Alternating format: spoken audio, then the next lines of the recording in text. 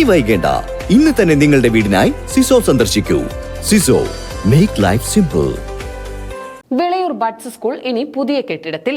ഉന്നത വിദ്യാഭ്യാസ മന്ത്രി ആർ ബിന്ദു കെട്ടിടത്തിന്റെ ഉദ്ഘാടനം നിർവഹിച്ചു.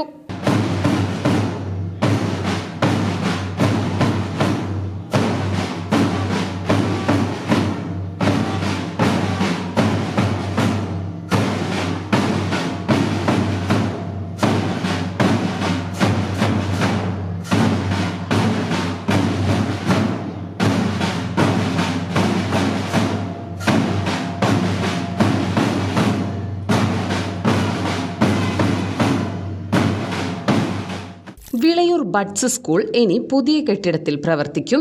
മന്ത്രി ആർ ബിന്ദു കെട്ടിടം ഉദ്ഘാടനം ചെയ്തു. ഭിന്നശേഷിക്കാരില്ലാത്ത കേരളമാണ് സർക്കാരിന്റെ ലക്ഷ്യമെന്ന് മന്ത്രി ആർ ബിന്ദു പറഞ്ഞു. ഭ്രൂണാവസ്ഥയിൽ തന്നെ ഭിന്നശേഷി തിരിച്ചറിഞ്ഞ് ചികിത്സ നടപ്പാക്കാൻ സർക്കാർ പദ്ധതി ആവിഷ്കരിക്കുന്നുണ്ട്.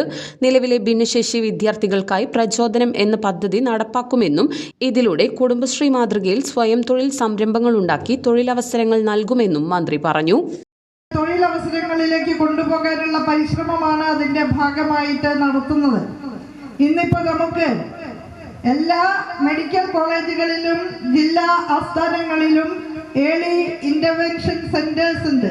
പ്രാരംഭഘട്ടത്തിൽ തന്നെ ഇടപെട്ടുകൊണ്ട് അമ്മയുടെ വയറ്റിൽ ഭ്രൂണാവസ്ഥയിൽ ഇരിക്കുമ്പോൾ തന്നെ ഭിന്നശേഷിത്വം തിരിച്ചറിഞ്ഞുകൊണ്ട് ആ വ്യതിയാനങ്ങൾ കറക്റ്റ് ചെയ്തെടുക്കുന്നതിനുള്ള സംവിധാനം ഈ ഏർലി ഇന്റർവെൻഷൻ സെന്റേഴ്സിലുണ്ട്. ഏറ്റവും അടുത്ത ഭാവിയിൽ തന്നെ ഭിന്നശേഷിത്വമേ ഇല്ലാത്ത കേരളമായിട്ട് മാറാനാണ് നമ്മൾ ശ്രമിക്കുന്നത്. ഭിന്നശേഷി കുടുംബങ്ങളിലെ അച്ഛനമ്മമാരെ സംബന്ധിച്ചിടത്തോളം തീവ്ര ഭിന്നശേഷി നേരിടുന്ന കുഞ്ഞുങ്ങളാണെങ്കിൽ അവരോടൊപ്പം 24 മണിക്കൂറും ഇരിക്കേണ്ടതായി വരുമ്പോൾ അവർക്ക് വരുമാനമില്ലാത്ത നില വരുന്നുണ്ട്. അതിലൊക്കെ തന്നെ പരിഹാരം കാണാനുള്ള ശ്രമങ്ങൾ സാമൂഹ്യനീതി വകുപ്പിന്റെ ഭാഗത്ത് നിന്നുണ്ട് എന്നാണ് എനിക്കിപ്പോൾ പറയാനുള്ളത്. മുഹമ്മദ് മുഹസിൻ MLA ആസ്തി വികസന ഫണ്ടിൽ നിന്ന് 1.5 കോടി രൂപ ചെലവഴിച്ചാണ് പഞ്ചായത്തിലെ ഓടുപാറയിൽ കെട്ടിടം നിർമ്മിച്ചത്.